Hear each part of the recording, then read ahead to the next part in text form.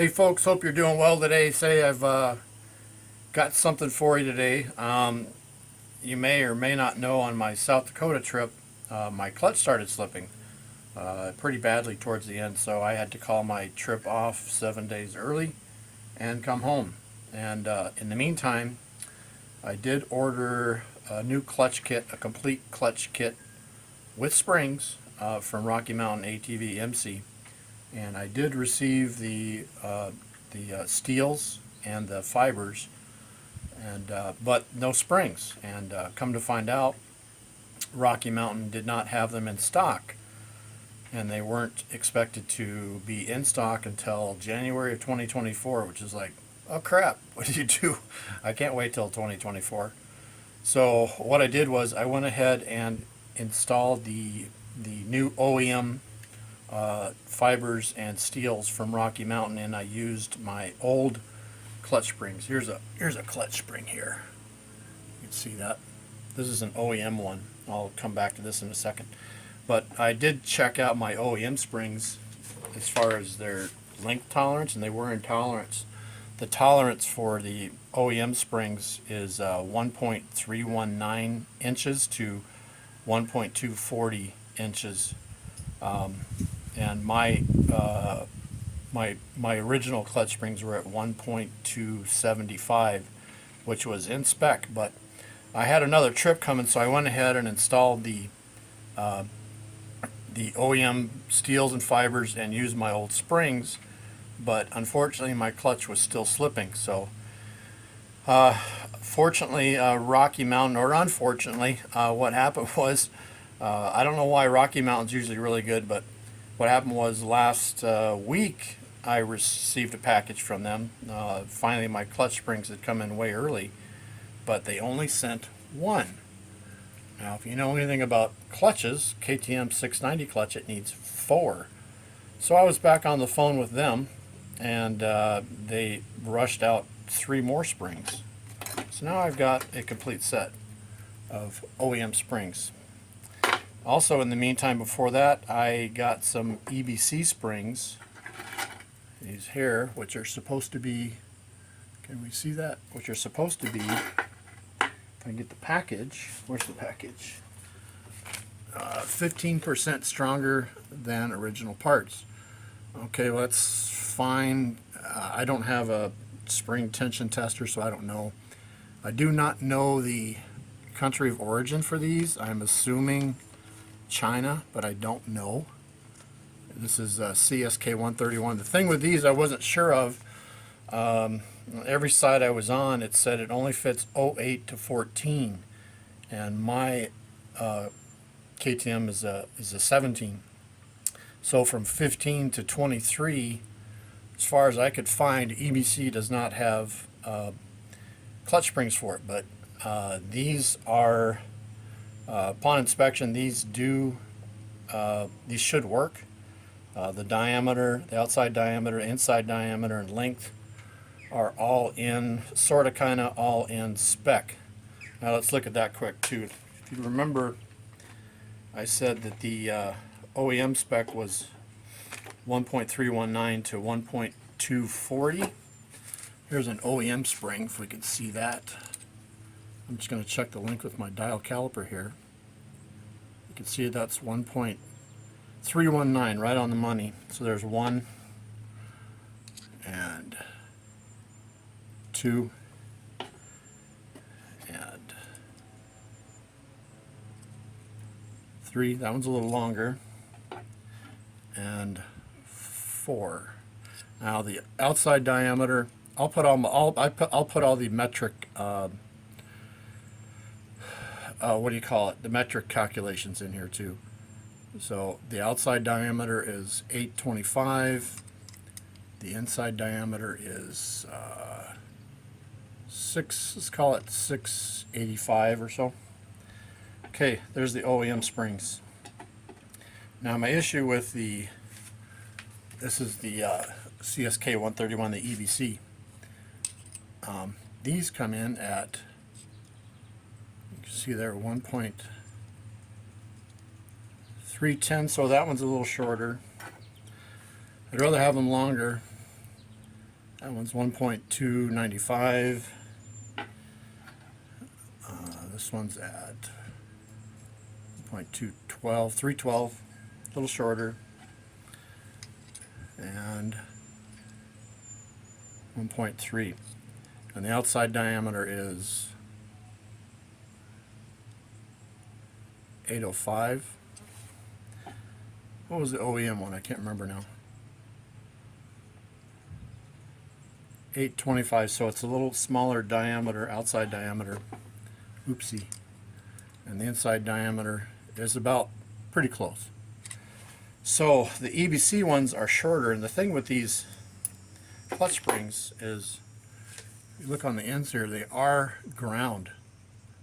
So they aren't cut, they're ground. So they should be, they're ground to length. So in my mind,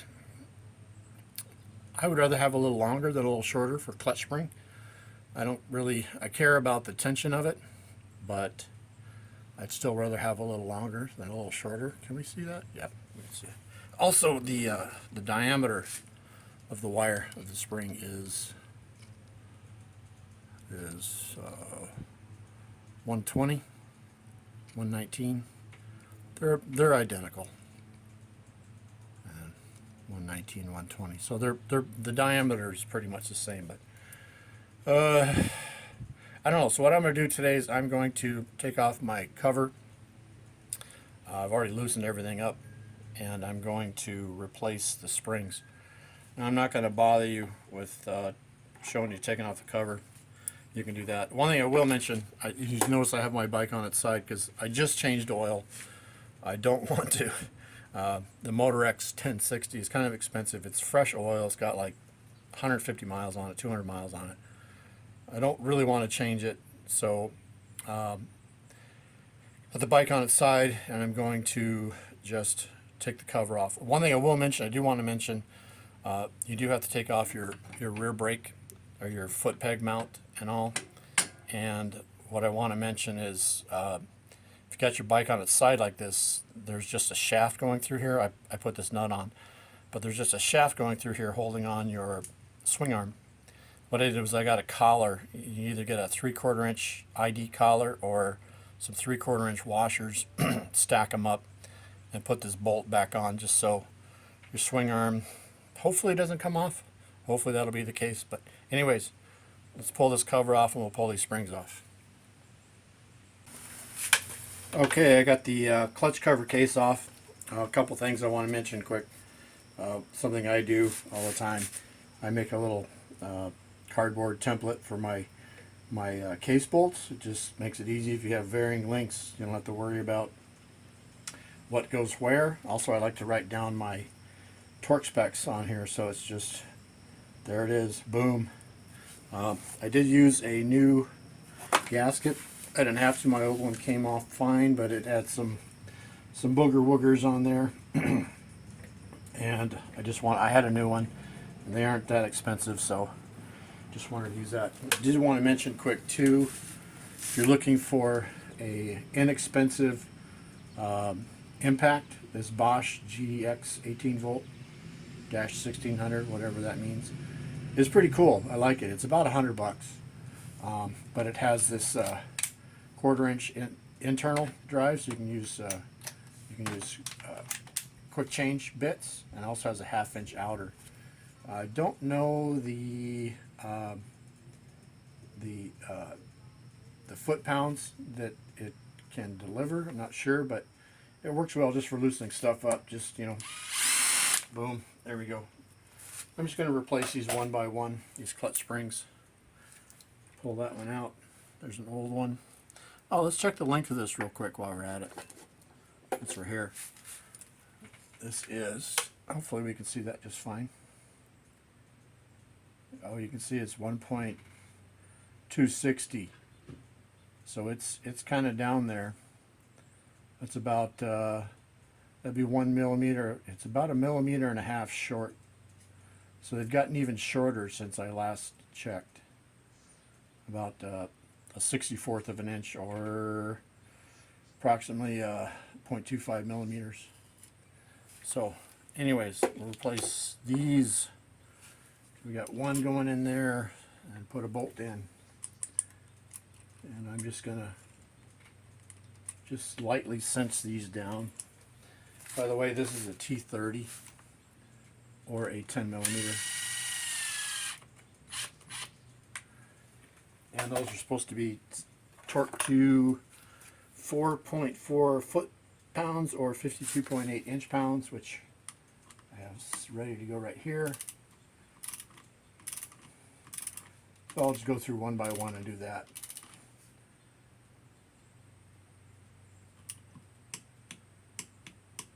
Okay, you don't need to see all this. I'll fast forward through it.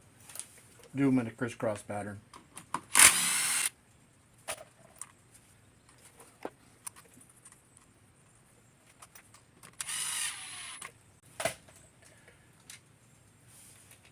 Just lightly bottoming them out, and then I'll torque them.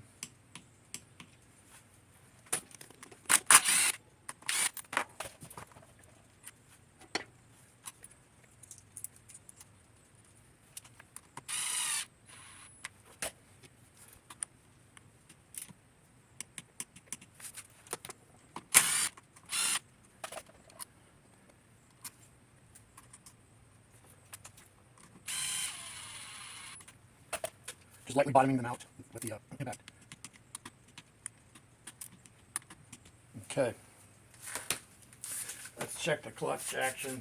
This should be fine, but I just want to check it anyways.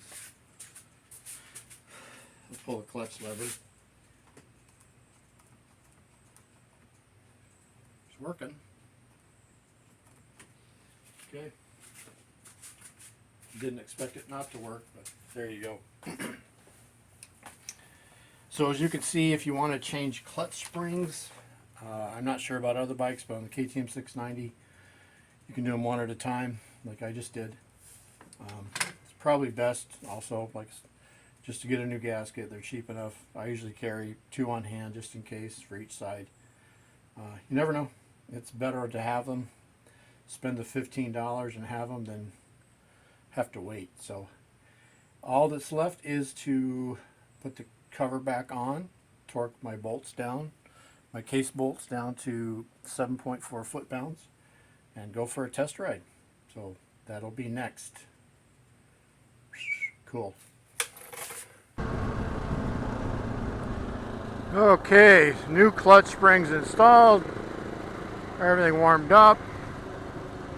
Going to go on a little test ride. See how things go. Hopefully my audio doesn't suck.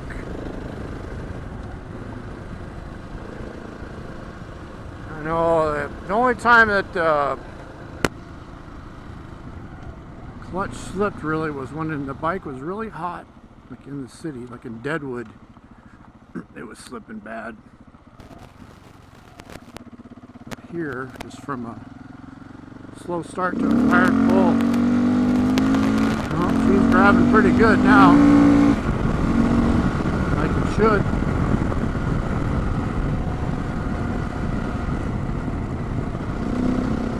That's how it should be. So, changing the clutch springs. Seemed to solve the problem. I hope. Having a slipping clutch when you're 600, 700, 800 miles from home kind of sucks. So, I hope that was helpful. I hope that was informative. See you next time.